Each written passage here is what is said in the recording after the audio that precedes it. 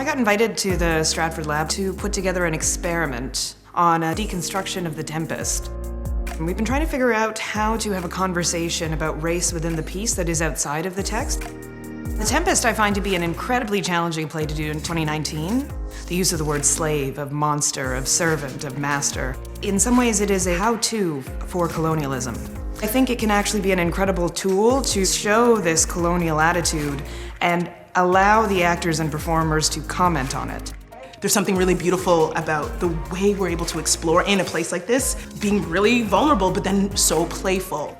It's been wonderful to work with the lab actors and to give them the direction, show me what you're like backstage, because I don't think that that's a direction that they get very often. We started doing some improv about what the backstage might look like and what the actors offstage during the performance might be doing or saying to each other. Because we are deconstructing this play, she wants you to see the strings, she wants you to see what's going on in terms of decolonizing that play and unpacking all of that.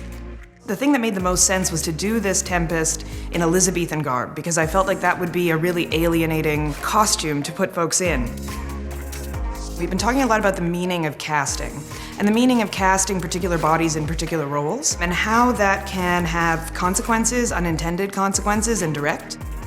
This is a vital conversation because these conversations are happening whether or not these institutions know it or not. I think it's about bringing those conversations that you may have in your groups of friends into these establishments so that those folks who are in power know what the dialogue is.